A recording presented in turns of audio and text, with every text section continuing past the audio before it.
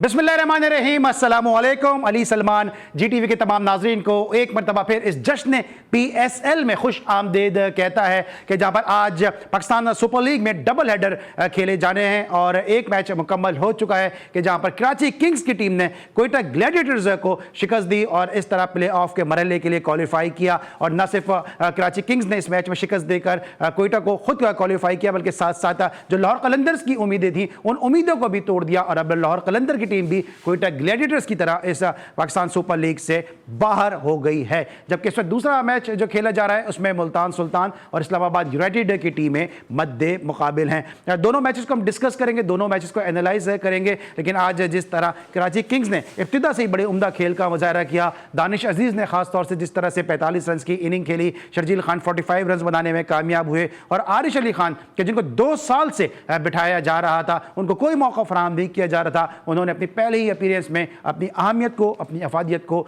साबित किया। आरिश अली खान को न सिर्फ पाकिस्तान सुपर लीग में खेलने का मौका नहीं मिल पा रहा था, बल्कि साथ साथ उनको अंडर 19 वर्ल्ड कप में भी टॉप परफॉर्मर होने के बावजूद एक मैच में भी शिरकत का मौका नहीं मिला। लेकिन वो कहते हैं ना कि आप अपने प्लान बनाते रहें और ऊपर जो ज़ात बैठी है उसके अपने प्लान होते हैं। आप किसी को डुबोने की कोशिश करते रहें, लेकिन ऊपर जो ज़ात बैठी है वो हाथ पकड़कर खींचने के लिए तैयार है। आप अपने प्लान बनाते रहें कि आप किसी को पनपने नहीं देंगे, लेकिन ऊपर जो ज़ात बैठी है अल्लाह उसका भी है, माँ बाप उसके भी हैं, दुआएं उसके भी साथ हैं। और ऐसे ही खिलाड़ी जब आप पलट के वापस आते हैं तो फिर न सिर्फ अपनी टीम के सामने वो सुरखरू होते हैं, बल्कि सामने वाली टीम के सामने भी अपनी परफॉर्मेंस के जरिए सुरखरू होते हैं। तो आज की आरिश अली खान की ये परफॉर्मेंस उन लोगों के लिए बड़ा सबक है जो 2 साल से आरिश अली खान को बेंच पे बिठा रहे थे।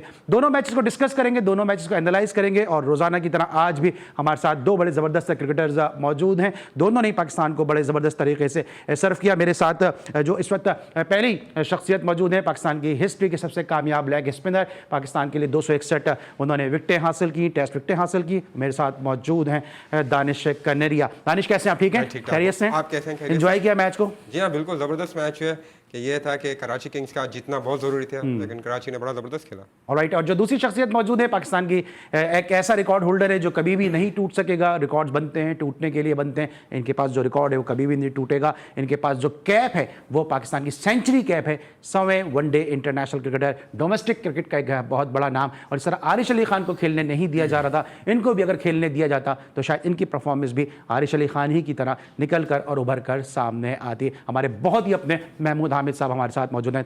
Welcome to the show Mahmood भाई, कैसे हैं आप? अल्हम्दुलिल्लाह ठीक ठाक। अली आप कैसे हैं? मैं बिल्कुल ठीक हूँ। और इससे पहले कि आप दोनों के साथ मैं गुफ्तगू का आगाज़ करूँ, और जिस तरह आपने सुना भी कमेंट्री में कि कराची किंग्स ने इस मैच में कामयाबी के साथ ही प्लेऑफ के मरहले के लिए क्वालिफाई कर लिया और कोयटा ग्लैडिएटर्स की जो परफॉर्मेंस है वो बहुत ही ख़राब रही। और इस मैच में उन्होंने कई नए खिलाड़ियों को मौका दिया और कुछ ने अपनी अफादियत को साबित भी किया। महमूद भाई, आरिश अली खान एक ऐसा प्लेयर जो 2 साल से बेंच पे बैठ रहा था, अंडर 19 में उसको मौका नहीं मिला, एक ही अपीयरेंस में उसने साबित कर दिया और 4 विकेट हासिल कर ली महज 28 रन के बस।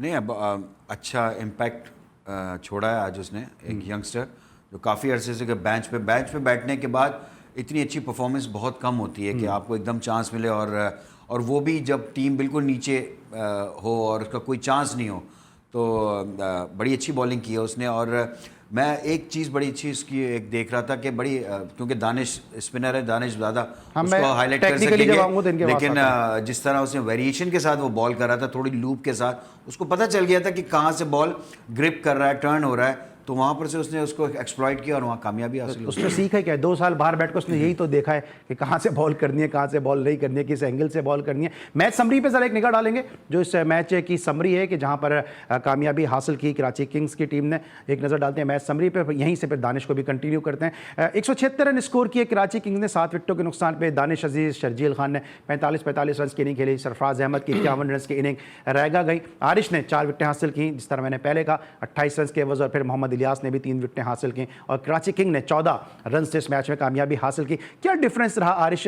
अमूमन हम कहते हैं जब क्रिकेट खेलते हैं या लेफ्ट आर्म बॉलर अगर गेंद कर रहा होता है कि कट पर आ जाओ, कटे खिलाओ, लेकिन हम देखा कि वो ऑफिसर से बाहर के से अंदर गेंद लेकर आ रहा था। जो मैंने इसकी तो बॉलिंग देखी हारिश की, बड़ा अच्छा टैलेंट नज़र आया। और जिस तरह से वो अपनी बॉल को वेरी कर रहा था, बहुत इंपॉर्टेंट होता है कि स्पिनर जब तक बॉल को अपनी वेरी करे वो तेज भी कर रहा था, जो कहते हैं आर्मर कहते हैं, और फ्लाइट के साथ ब्रेक कर रहा था क्योंकि विकेट पे ब्रेक था। और जब लेफ्ट हैंडेड बैटिंग कर रहे थे, he was trying to bowl outside the off stump. वहाँ बैट्समैन या तो ड्राइव मारे या तो फिर मिड विकेट मारे, क्योंकि उसको बॉल ब्रेक कर रहा था और वो बैट्समैन को पजल कर रहा था। देखिए जब 2 साल, जैसे आपने बताया, 2 साल बाहर बैठा, फिर उसके साथ अंडर 19 में ज्यादती हुई। एक प्लेयर जिसकी लगा कि उसको खिलाना चाहिए था, पहले बहुत पहले इसको खिला देना चाहिए था इस टूर्नामेंट में, जहाँ कोयटा ग्लैडिएटर नीचे की तरफ जा रही थी, जहाँ इन्होंने अपने स्पिनर्स को यूटिलाइज नहीं किया, वहाँ इस बच्चे को यूटिलाइज करना था। इतनी क्रिकेट ये खेला हुआ यहाँ पर, क्लब क्रिकेट वगैरह मैंने इसको पर्सनली भी देखा हुआ है, जिस तरह क्लब क्रिकेट में खेला। आज इसका जो है डेडिकेशन नजर आया, क्योंकि इसके लिए था मेक और ब्रेक वाला काम था। अगर आज इसने परफॉर्म किया तो अभी नेक्स्ट ईयर ये रहेगा टीम के अंदर, अगर आज ये खेल के परफॉर्म नहीं करता तो ये साइडलाइन हो जाता है। सेम गोज विद, एक आपको मैंने देखा था बॉलर उमैर खान जो कराची किंग्स के खेले थे, उस बच्चे की उंगलियों में बड़ी जान थी और वो सेंसिबल था। उसको इस तरह फारिग किया गया कि डोमेस्टिक सर्किट से ही फारिग हो गया। अभी इस बच्चे के साथ सेम तरह से ट्रीट ना करें, क्योंकि आपके पास बैकअप में वैसे स्पिनर्स नहीं आ रहे, तो इसको भी ग्रूम करें। मैं तो कहूंगा कि उमैर खान हो गया, ये असगर का कॉन्फिडेंस बिल्कुल शैटर हो गया, बिकॉज शैटर हो गया कि इन एंड आउट रहा टीम से। उसको कॉन्फिडेंस नहीं दिया गया, उसको खिलाया नहीं। खिलाया किन लोगों को? जिनको नहीं खिलाना चाहिए था, जैसे जफर गौर, वो टेस्ट मैच का बॉलर नहीं है। आपने नोमान अली को लेकर आए, it is age of 35, how long he will play.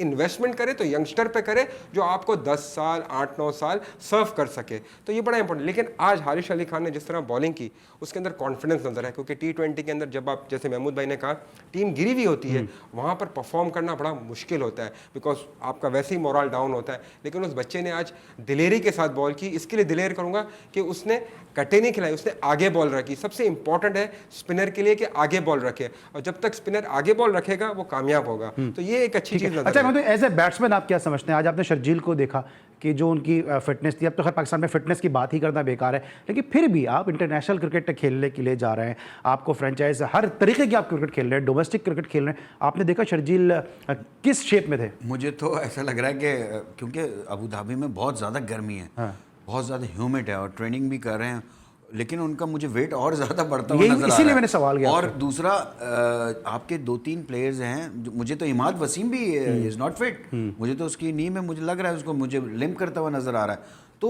कुछ प्लेयर्स हैं जिनको एक एक्स्ट्रा, जिसे न कहने फेवर मिल रही है कि भाई आप, if you are not fit, आप कैसे जा सकते हैं पाकिस्तान टीम के अंदर। पहले भी इमाद वसीम को ये लेकर जा चुके हैं इंजमामुल हक की, जब चीफ सिलेक्टर थे, और उन्होंने बताया भी हमने इनको रखा है, थोड़ा सा इनको बेनिफिट दिया।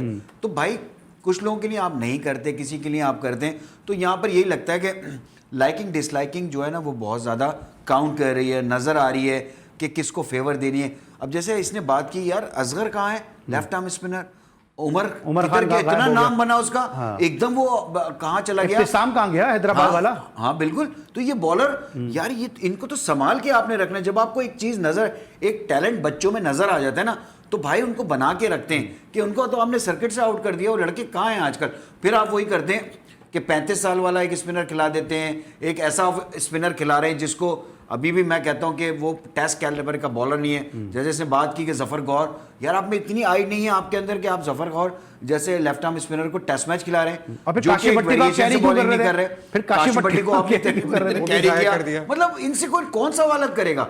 मतलब एक, मैं तो ये कहता हूं कि क्रिकेटर्स जो हैं वो बैठे और फिर ये इनसे सवाल, मेरे ख्याल से जो आपका मीडिया के रिपोर्टर्स हैं वो ऐसे सवाल नहीं कर पाते इनसे, वो जवाब ही क्या जवाब देंगे इस चीज का? मुझे बताएं, काशिफ को रखा क्यों नहीं खिलाया? मीडिया के रिपोर्टर इसलिए सवालात नहीं कर पाते कि मनपसंद लोगों को इंटरव्यूज दिए जाते हैं। पहले भी मैंने दावत दी थी अपने प्रोग्राम के तवज्जुद से कि आए जरा हमारे साथ एक शो कर लें, पता चल जाएगा। ये तो इन्होंने 4 स्पिनर के नाम गिनाए, अहमद सफ़ी का नाम मैं गिना सकता हूँ, सदाकत का नाम मैं गिना सकता हूँ, काशी भट्टी का नाम मैं गिना सकता हूँ, कामरान गुलाम भी स्पिन बॉलिंग कर लेता है, उसका नाम मैं गिना सकता हूँ। एक से बढ़कर एक मैं लेफ्ट आर्म का नाम गिनवा सकता हूँ कि जिसको पाकिस्तान क्रिकेट बोर्ड ने ज़ाया कर दिया। लेकिन अगर आप अपने मनपसंद लोगों के साथ इंटरव्यूज़ करेंगे तो फिर नताइज इसी किस्म के देखने को मिलेंगे। इसमें लेते एक छोटा सा ब्रेक, और जब ब्रेक के बाद वापस आएंगे तो जरा मजीद डिस्कस करेंगे इस मैच के हवाले से और साथ साथ कोयटा ग्लैडिएटर्स की इस पैथेटिक परफॉर्मेंस को। मिलते एक छोटे से ब्रेक के बाद।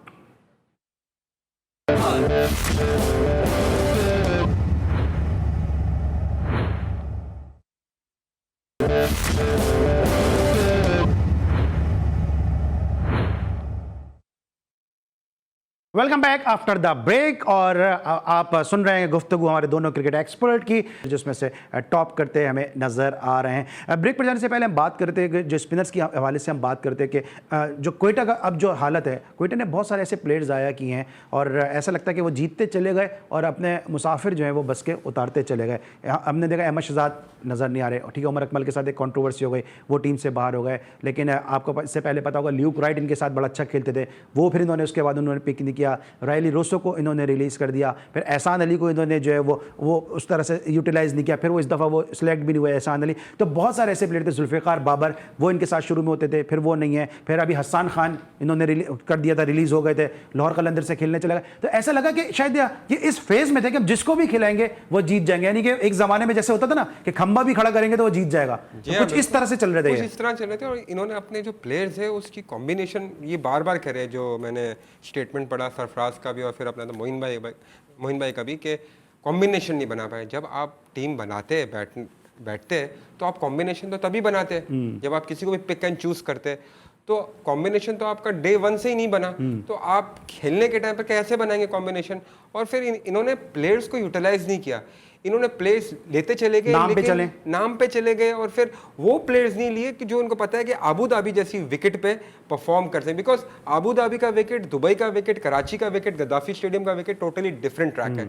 यहाँ पर आपको वो प्लेयर्स चाहिए तो जो यहाँ के ट्रैक के ऊपर खेल सकते थे, जो स्पिनर को बेहतर खेल सकते थे, बिकॉज बॉल लो रहता है, स्पिन होता है, बॉल रुक के आता है। वो बैट्समैन को आपको पिक करना चाहिए था जो स्वीप अच्छी खेलते हैं, बिकॉज जो स्वीप खेलने वाला बैट्समैन है वो यहाँ कामयाब होगा।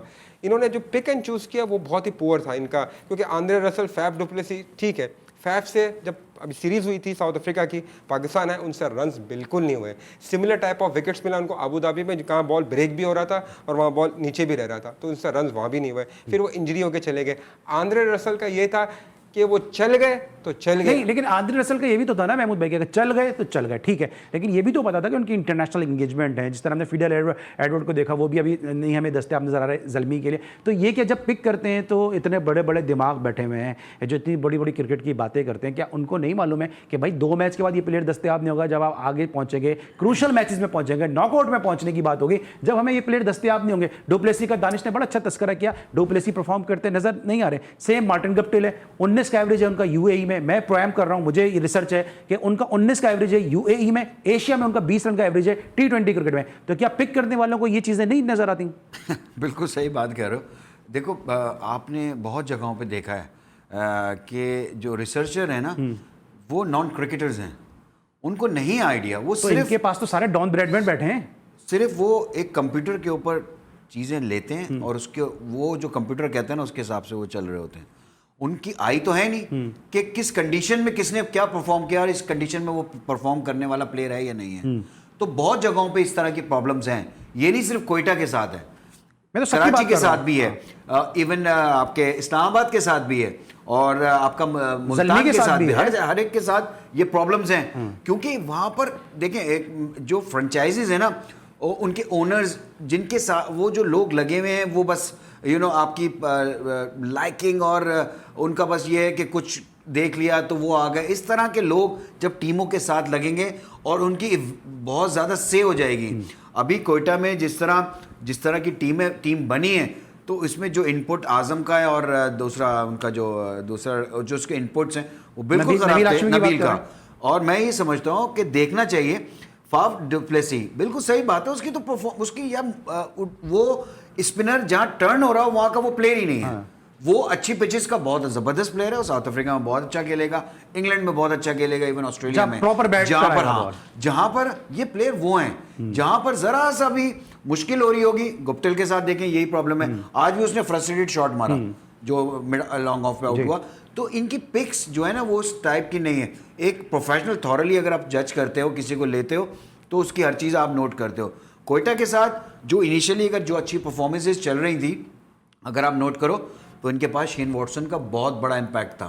शेन वॉटसन इनको बड़े मैचेस जिता रहा था, ऊपर से एक अच्छी पार्टनरशिप इनको मिल रही थी। फिर इंग्लैंड का जो ओपनर था ल्यूक राइट ने वो इनके साथ बड़ा अच्छा रहा है लास्ट, वो इनके साथ था। बैन कटिंग एवरेज दफा था वो भी नहीं आया। तो इनके पास चॉइसेस खत्म होती चली गई। फिर इनके पास इन्होंने जो प्लेयर अच्छा, लेना मैं- चाहे, फिर उनकी ड्यूटीज जो थी वो नेशनल ड्यूटीज पे भी ठीक है उनके साथ लेकिन ये यही problems मेरा आई। सवाल है कि जब पिक कर रहे थे क्या नहीं मालूम था कि ये इंटरनेशनल इस मुल्क की सीरीज है तो ये प्लेयर हमें अवेलेबल नहीं होगा, लेकिन साथ साथ आप नहीं समझ रहे कि चलो ठीक है वो तो इंटरनेशनल सीरीज वो थी, लेकिन इन्होंने जो अहमद शहजाद जैसा प्लेयर मिस किया, एहसान अली जैसा प्लेयर मिस किया, जो सर्कल को यूज करने वाले प्लेयर थे वो इन्होंने अपने साथ कैरी नहीं किए। अगर आप इनकी ओपनिंग देखें तो ये वहीं से फंस जाते हैं यार, जहां पे शर्जील रन कर रहा होता है, देखो, जहां पे बाबर कर रहा होता है, जहां पे फखर मैं रन किसी कर रहा का होता है। मैं किसी का नाम लेके बात नहीं नहीं, मैं करूंगा। इसलिए नाम ले रहा हूं कि मैं इसलिए डोमेस्टिक कह रहा पे हूं, मेरी निगाह है ना, नहीं, मैं जानता हूं कि सर्कल नहीं, में कौन से प्लेयर हैं। यार सर्कल में मैं आजम से मुझे चलो ही पता कोई है नहीं। कि बहुत से नहीं, कौन वो से use ऐसे- नहीं किया ना, ये ऐसे- सवाल तो ऐसे यही है players ना। हैं जो कि नाम लेके हम इसलिए बात नहीं करेंगे क्योंकि वो प्लेयर खराब होने लगता है। कुछ प्लेयर्स ऐसे हैं उनको जबरदस्ती, उनका कैलिबर क्लब क्रिकेट से ऊपर का क्लब नहीं है और वो पाकिस्तान के लिए खेल गए, T20 मैच पाकिस्तान के लिए खेल गए। उनसे पूछा गया ये लड़का कैसे खेल गया, इसकी क्या परफॉर्मेंस है।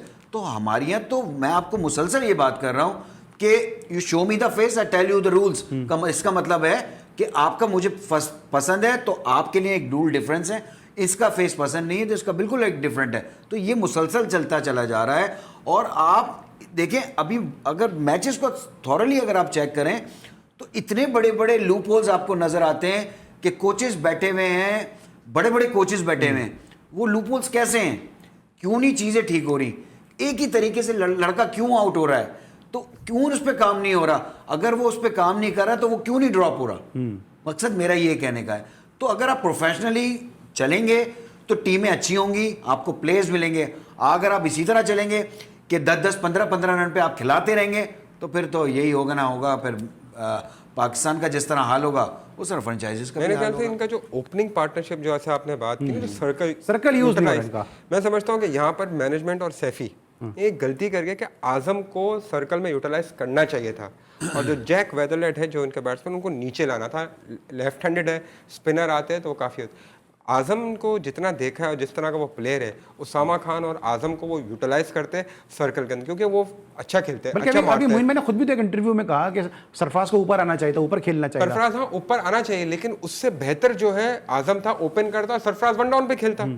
लेकिन आपको जो शुरू के अंदर है ना, जो रन्स चाहिए थे वो आपको मिलते। नीचे से फिर आप जो है इन प्लेयरों को यूटिलाइज करते हैं, ये जेक हो गया और बाकी इनके प्लेयर उसको यूटिलाइज करते हैं। लेकिन जो रायली रोसो को आपने रिलीज किया वो आपके लिए बहुत बड़ी गलती थी। उसको सोहेल release तनवीर भी नहीं- रिलीज किया उन्होंने, वो भी सोहेल तनवीर, डेप्थ ओवर में देखिए, इनको इस टाइप के थे experience enough bowler. Sohail Tanvir ने कल भी जिस तरह बॉलिंग करी, उसने कल आखिरी ओवर में हारिस रऊफ को जो पाकिस्तान की टीम 24 से रन कर बाहर दिए। नहीं होते, उसको 24 रन पड़े, लेकिन वो खेलता रहेगा। भले वो 100 रन भी दे दे कि भाई ये विकेट लेता है, विकेट लेना ठीक है, लेकिन आप कंटेन भी तो करें ना। अगर आप दे देंगे 50 रन और 50 रन दे देगा हसनैन, 100 तो ये लग गया, बाकी के बॉलर बचेंगे कहाँ। जो बात ये आती है कि आप ये देखिए जो इंग्लैंड और वेस्ट इंडीज के लिए टीम सेलेक्ट की गई है अली भाई, उसमें से कितने प्लेयर हैं जो परफॉर्म कर रहे हैं और बाकी की फॉर्म ही नहीं है, आउट ऑफ कलर्स लग रहे हैं। शर्जील खान की आपने बात की, शर्जील खान का वेट होगा पुटअप या कोई भी होगा, क्योंकि जब डिहाइड्रेशन होती है ना, यू हैव टू टेक गैटरेड होता है, बहुत सारी ऐसी चीज़ होती है, तो वो आपका वेट बढ़ाती है। लेकिन इन्होंने ट्रेनिंग ही नहीं कर रहे और ऐसा लग रहा है कि इतनी वेट पे कैसे खेल लेंगे वहाँ पर इंग्लैंड में, वेस्ट इंडीज़ में। आप सिर्फ कैरी करते जा रहे हो। आप उन लड़कों को ले जो आप समझते हैं कि डोमेस्टिक में 4-4 दिन जो खेलता है ना वो प्लेयर होता है। T20 क्रिकेट के अंदर आप जज करके आप उनको सेलेक्ट कर रहे हैं तो मेरे हिसाब से ज्यादती है, या तो फिर डोमेस्टिक क्रिकेट को आप बिल्कुल तरजीह नहीं दे रहे। ऑलराइट, या डोमेस्टिक को हम तरजीह नहीं दे रहे। और ख्याल क्या है इसमें, तो बात कोई शक व शुबे से बालातर है। कामरान गुलाम कहाँ है, नजर ही नहीं आ रहे। और भी डोमेस्टिक के जो परफॉर्म है, आमिर यामीन जैसा टैलेंटेड ऑलराउंडर जिसको पाकिस्तान में खिलाने की बात हो रही थी, वह फ्रेंचाइज क्रिकेट में भी जगह नहीं बना पा रहा, वो कहाँ है। तो बहुत सारे ऐसे प्लेयर है कि जो बिल्कुल फर्स्ट क्लास नहीं खेलता, वो टेस्ट एहसान आदिल, वॉश आउट होते नजर आ रहे हैं ना। एहसान आदिल फास्ट बॉलर आपने ग्रूम किया, वो कहाँ गया? वो एहसान आदिल अभी कश्मीर प्रीमियर लीग में 12 उनका नाम है ड्राफ्ट में। इस पर लेंगे हम एक ब्रेक, और जब ब्रेक के बाद वापस आएंगे तो जरा लाहौर कलंदर्स की परफॉर्मेंस पे भी बात करेंगे कि लाहौर कलंदर्स अच्छा खेलते खेलते अचानक 4 मैचेस मुसलसल क्यों हार गई और क्यों फिर वो प्लेऑफ के लिए क्वालिफाई नहीं कर सकी। मिलते एक ब्रेक के बाद।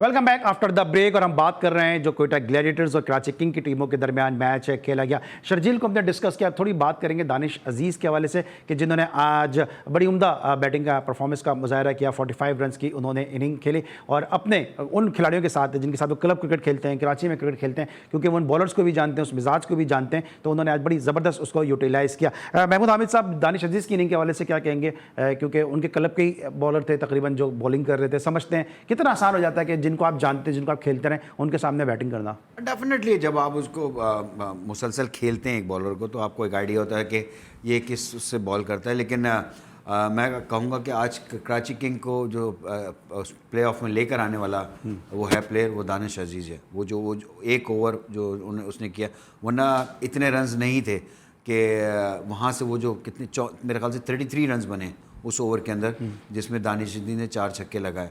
तो बड़े मतलब वो टोटली उसने बॉलर को वहाँ पर ख़त्म कर दिया। और सरफराज की बॉडी लैंग्वेज भी देखें, वहीं से थोड़ी सी नीचे आई। उससे पहले बहुत अच्छा डोमिनेट कर रही थी कोयटा की टीम, और लगता था कि आज ये मैच ये जीत जाएंगे और मुश्किल हो जाएगी कराची किंग्स के लिए। लेकिन वो जो एक ओवर था ना, उसने पूरा मैच का पासा पलट दिया। और मैं सारा क्रेडिट दूंगा दानिश अजीज़ को कि आज उसने अपनी पोटेंशियल को शो किया है कि हाँ, मैं किस तरह जो है वो टीम मैन और मैच विनर, ये मैच विनर वाली इनिंग थी जो आज दानिश अजीज़ ने खेली, आउटस्टैंडिंग। और महमूद हामिद साहब का ये कहना है कि जो प्ले ऑफ के मरहले तक अगर कराची किंग पहुंची है तो कराची किंग को लाने वाला दानिश अजीज़ है।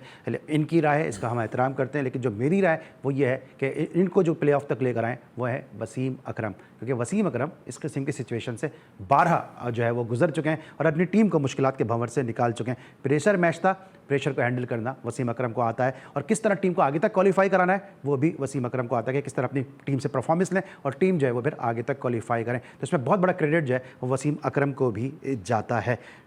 मुत्तफिक हैं? देखिए, वसीम भाई की प्लानिंग होगी। तो यही मैं भी प्लानिंग ही कह रहा हूँ। मैं कह रहा प्लानिंग किया होगा एज अ कोच, उनको प्लान करना क्योंकि मुश्किल सूरत से 12 उन्होंने निकाला है, उन्होंने तो अपने प्लेइंग डेज के अंदर भी टीम को जिताया है बड़ी मुश्किल सिचुएशन में, जहाँ पर 10 रन चाहिए तो उन्होंने पूरी टीम में उड़ा दी और मैच जीत गए। तो ऐसी सिचुएशन में उन्होंने अपनी टीम से बात की होगी, और जो तो डेफिनेटली है जहाँ दानिश अजीज़ हो गया और बाकी प्लेयर्स हो गए, उनकी परफॉर्मेंस आज बहुत बेहतर लगी कि वो लगे जान मारते हुए। लेकिन दानिश अजीज़ की अगर मैं थोड़ी बात करूँ, देखिए जिस कॉन्फिडेंस से आज वो खेला, प्लेयर बहुत अच्छा है, यूटिलिटी क्रिकेटर है, लेकिन when he was playing in south Africa बिल्कुल ही डिफरेंट ही वाज। वो प्रेशर नहीं ले सका रहा था इंटरनेशनल क्रिकेट का, उसको मौके मिले बट वो उस तरह नहीं खेल आज कैसा लग रहा है, मैं क्लब क्रिकेट खेल रहा हूं, सामने वही बॉलर थे। एग्जैक्टली, लेकिन वो आज खेला, देखिए नहीं फर्क है, बहुत फर्क नजर आया। फर्क क्या है? बाउंस का फर्क है, बाउंस का फर्क है, लेकिन और वो और पेस बॉडी का लैंग्वेज का फर्क फर्क है। है। फिर महमूद फॉर्मेट का भी तो फर्क है, वहां पे उसको फिर बॉडी लैंग्वेज का भी फॉर्मेट का भी तो फर्क आ जाता है। फर्क नजर आया है कि वो पेस उन्होंने जज कर लिया उसको कि ये कहां पर फंस रहा है, वहां पर उसको बॉलिंग की, उन्होंने पीछे उसको बॉल किया और वहां पर गेंद फ्लाई कर रहा था, निकल रहा था बॉल। इसकी देखिए आप रन्स होते नहीं होते, मैं सिर्फ बॉडी लैंग्वेज का वो था कि जो इसकी बॉडी लैंग्वेज आज नजर आई, आज जिस अंदाज से वो खेला है, वो प्लेयर बहुत बड़ा है, बहुत अच्छा प्लेयर है, क्योंकि बहुत देखा है मैंने उसको क्लब क्रिकेट में साथ खेलते हुए भी देखा है, बॉलिंग भी करता है, फील्डिंग भी अच्छी करता है, बैटिंग भी अच्छी करता है। लेकिन आज जिस तरह का उसको टेम्परेमेंट नजर आया, वो एक दिलेर वाला प्लेयर नजर आया, वो चीज़ वहाँ देखनी। जब आप इंटरनेशनल क्रिकेट खेलते हैं ना, तो ये चीज़ बड़ी इंपॉर्टेंट है, आप इसको लेके चले। देखिए अभी टीम से बाहर हुए ना, इनको ऐसी परफॉर्मेंस कंसिस्टेंस करनी पड़ेगी इनको कम बैक करने के लिए। No doubt is a very good player, but he needs to keep on working hard. अब सिमिलर सॉरी तुम्हारी बात का काट रहा हूँ, सिमिलर आसिफ अली की मिसाल देख लो ना, ऐसी जहां पर लो ट्रेजेक्टरी की पिचेस हैं वहां पर उसके बल्ला चलता है, जहां थोड़ा सा बाउंस हो, देखे ना आप किस तरह आउट हो रहा था, मारने जा रहा है ऐसे लगते बॉल सामने जा रहा है, 2 दफा तो ऐसे आउट हो गया वो, इधर मारने जाता है मिड ऑफ पे कैच हो जाता है। क्यों? क्योंकि बॉल तेज आ रहा है आपका बल्ला, और जिस पेस से बॉल आ रहा है और हाइट बॉल ले रहा है उसको, तो यहाँ पर ये फर्क आ जाता है कि यहाँ पर थोड़े से लो ट्रेजेक्टरी पे बॉल आता है, वहाँ पर आप इजी मार जाते हो, और लेकिन जहाँ पर ऐसा बॉल आएगा वहाँ पर आपको मुश्किल होगी। मौलाना आज मिसबा ने भी गुफ्तगू की है, और मिसबा का, इससे पहले कि मैं मिसबा की तरफ जाऊँ, एक छोटा सा सवाल करूँगा महमूद हामिद साहब से। हम प्लेयर्स की तो बात कर रहे हैं कि एक दूसरे को जानते हैं, तो कितना फ़ायदा होता है। अभी हमने वसीम अकरम साहब को क्रेडिट दिया, और उनका क्रेडिट बनता भी है कि उनकी वजह से ही जो उन्होंने गेम प्लान बनाया होगा, जो उन्होंने प्लानिंग की होगी, जो उन्होंने स्ट्रेटेजी बनाई होगी, उसकी वजह से जो है वो आज उनकी टीम प्ले ऑफ के लिए क्वालिफाई कर गई। लेकिन मोइन खान को जानना, और मोइन खान के साथ, क्योंकि मोइन खान उनके डिप्टी भी रहे हैं, वाइस कैप्टन भी रहे हैं, तो मोइन खान की और जो जो वसीम अकरम साहब की केमिस्ट्री है, मैं महमूद हामिद साहब से पूछूंगा, इनके डिपार्टमेंट से ही दोनों क्रिकेट खेलें, ये कितना फ़र्क पड़ता है कि आप एक कोच को जानते हैं, आप शुरू से खेलते हैं और फिर आपको पता होता है कि इसकी ये स्ट्रेटेजी होगी, इसका ये काउंटर प्लान होगा, तो इसको मैं इस तरह से काउंटर कर जाऊंगा? ये तो डेफिनेटली इंसान, क्योंकि देखें ना, अभी कोई ऐसा कोच हो आपस में टकराएं जो एक दूसरे की प्लानिंग ना जानते हो, लेकिन एक साथ आप एक डिपार्टमेंट से क्रिकेट खेलते रहे, पाकिस्तान से एक साथ क्रिकेट खेलते रहे, तो एक दूसरे के मिजाज को भी समझते हैं ना। एक छोटी सी बात बताता हूँ कि जब आप ग्राउंड से बाहर होते हैं ना, रस्से के बाहर आप बैठे हो, हाँ। तो आपकी प्लानिंग दरी की दरी थी, एग्जीक्यूशन अंदर प्लेयर कर रहे होते हैं, ठीक है ना। लेकिन जब आप रस्से के अंदर होते हैं तो वो फिर आपके हाथ में होता है कि मैंने किस तरह निकालना है मैच को। एक प्लान करके तो कोच देता है कि ये तो उसको एग्जीक्यूट प्लेयर करते हैं भाई। तो कोच का रोल बहुत इंपॉर्टेंट होता है, प्लान जरूर देता है, लेकिन ये जरूरी नहीं है कि उसका प्लान सक्सेसफुल हो जाए। सबसे अच्छा कोच वो होता है कि अगर आपका प्लान अगर सक्सेसफुल नहीं हो रहा तो आप फौरन बी सी प्लान के ऊपर आए। Exactly. तो वो चीज इंपॉर्टेंट मुझे होती यही है। चीज़ हमें मुल्तान में भी तो नजर आ रही है ना, एंडी फ्लावर की जो प्लानिंग है, आप देखें वहां जैसे ही पहुंचे हैं उन्होंने एकदम से टीम जो है वो चेंज होती नजर आई है। हाँ, तो ये तो फर्क होता है ना, यही तो देखिए, इस लेवल ऑफ क्रिकेट के अंदर बहुत ज्यादा प्लानिंग का अमल दखल बहुत होता है। और एज ए कोच अगर कप्तान गलत कर रहा है तो आप फौरन मैसेज पहुंचवाएं। तो मैसेज अगर आप पहुंचाते हैं और वो फिर एग्जीक्यूट करते हैं तो फिर इस तरह कामयाबी चलती है। मैंने ये देखा कि बहुत जगहों पे जो है वो मैसेज नहीं हो रहे होते और वहाँ पर गलतियाँ हो रही होती हैं। और जहाँ पे हो रहे होते हैं वहाँ पे भी बहुत मसाइल हो जाते हैं कि मैसेज बाहर से आया और फिर ये हो गया। मिसबा कोच की बात हो रही है और मिसबा ने भी बात की है, गुफ्तगू की है। मिसबा ने क्या कहा, ज़रा वो भी सुनते हैं। कोशिश करेंगे कि ये जो 2 सीरीज़ हैं इसमें हम अपनी इन प्रॉब्लम्स पे ओवरकम करें। पीएसएल का होना मोस्ट प्रोबेबली उन्हीं कंडीशंस में जहाँ पे हम सोच रहे हैं कि शायद वर्ल्ड कप होगा, तो मेरे ख्याल में ये एक आपके पास अच्छी ऑप्शंस होंगी कि इवन आफ्टर दिस भी अगर आप आपको प्रॉब्लम ऐसी नज़र आती है कि यहाँ पे ज़रूरी है चेंज, तो मेरे ख्याल में वो आप कर सकते हैं। आमिर का टीम से ड्रॉप होना उसकी परफॉर्मेंस बेस थी, उसकी इंजरीज थी और उसकी परफॉर्मेंस वजह थी, और उसके बाद आमिर ने खुद रिटायरमेंट का ऐलान कर दिया। तो मतलब जब वो रिटायरमेंट अगर वापस लेता है और उसकी परफॉर्मेंस अच्छी होती है, तो मैंने तो कभी भी ये हमेशा यही कहा है कि हर प्लेयर के लिए दरवाजे खुले हैं। मेरी कोई ऐसी पर्सनल वो नहीं है। आइडियली तो हम यही चाहते हैं कि इन फॉर्म प्लेयरों को हम ज़रूर कंसिडर करें। जहाँ भी हमें मौका मिलेगा टीम की ज़रूरत होगी और हमें जो लॉजिस्टिक इश्यूज़ और बाकी चीज़ें अलाउ करेंगी, हम ज़रूर टीम को स्ट्रेंथन करने के लिए किसी भी प्लेयर को कंसिडर करेंगे और चेंज ज़रूर करेंगे, अगर फिर मैंने वही बात की कि लॉजिस्टिक और बाकी चीज़ें हमें अलाउ करेंगे। देखिए, कोई प्रेशर की बात नहीं है। आपने प्रीवियसली तकरीबन मेरे ख्याल में 2-3 सीरीज़ों में देखा कि हम आलमोस्ट नंबर 5 नंबर 6 पे जितने भी पाकिस्तान में मिडिल ऑर्डर के बैट्समैन सबको प्रॉपर मौका दे चुके हैं, बट अनफॉर्चुनेटली उनमें से कोई भी जो है ना उस तरह की परफॉर्मेंस नहीं दे पाया जो कि एक टीम को नंबर 5-6 पे चाहिए होती है। लुकिंग एट हिज एबिलिटीज़ कि यार वो आके 150 या 160 के स्ट्राइक रेट पे बैटिंग कर सकता है और ऑप्शंस दूसरी अगर आपकी नहीं चलती, तो उसको देखते हुए आज़म को पिक किया है। मिसबा साहब, मैं आपकी गुफ्तगू सुन रहा था तो मैं ये सोच रहा था कि उस्मान सलाउद्दीन ने कब से फास्ट बॉलिंग शुरू कर दी, क्योंकि आप तो कह रहे हैं कि मिडिल ऑर्डर के तमाम प्लेयर को हमने मौके फराम किए हैं। कामरान गुलाम ने जो है वो कब से विकेट कीपिंग शुरू कर दी। मेरे ख्याल में तो ये दोनों मिडिल ऑर्डर बैट्समैन ही हैं कि ये आपके कहीं हमें प्लान में नजर आए। और अगर हर प्लेयर के दरवाजे खोलें तो क्या ये टम्बकटू का प्लेयर है जो सब मेरे सामने बैठा है, इसके लिए दरवाजे क्यों नहीं खुलते हैं? क्या कहेंगे आप? ये पाकिस्तान क्रिकेट का अलमिया है और वेरी सॉरी टू से घर पे जाके मीटिंग होती है और उसके बाद प्रेशर आता है और मिसबा एकदम पिघल जाते कि उनकी नौकरी ना चली जाए। और ये नौकरी ना जाने की वजह से ये इस तरह की, क्योंकि I have played with Misbah, जिस तरह का उसका रवैया है, वेरी स्लो बोलता है, जिस तरह की वो बातें कर रहा था, जिस तरह की उसने बातें करी है, उससे यही लग रहा है जो उसने एक इशारा दे दिया ना कि लॉजिस्टिक का, ये और प्लेयरों के लिए नहीं बात करी है, ये जो पसंदीदा और बिल्कुल the baby of Pakistan cricket board Mohammad Amir के लिए बात की है। क्योंकि ये लॉजिस्टिक की जो इसने बात की ना कि कुछ हो गया लॉजिस्टिक का अगर हो गया तो हम प्लेयर को ले सकते हैं, लेकिन उसने एक और बात की कि परफॉर्मेंस तो है ही नहीं। परफॉर्मेंस तो मैं रोज गिना रहा हूँ, परफॉर्मेंस तो है ही नहीं ना। आमिर की अगर ये बात करें तो यहाँ पर ये है कि अली भाई, अगर आपने बात की कि मैं कहाँ कहूँ, बात आ जाती है कि if you have money you can do anything, simple as that.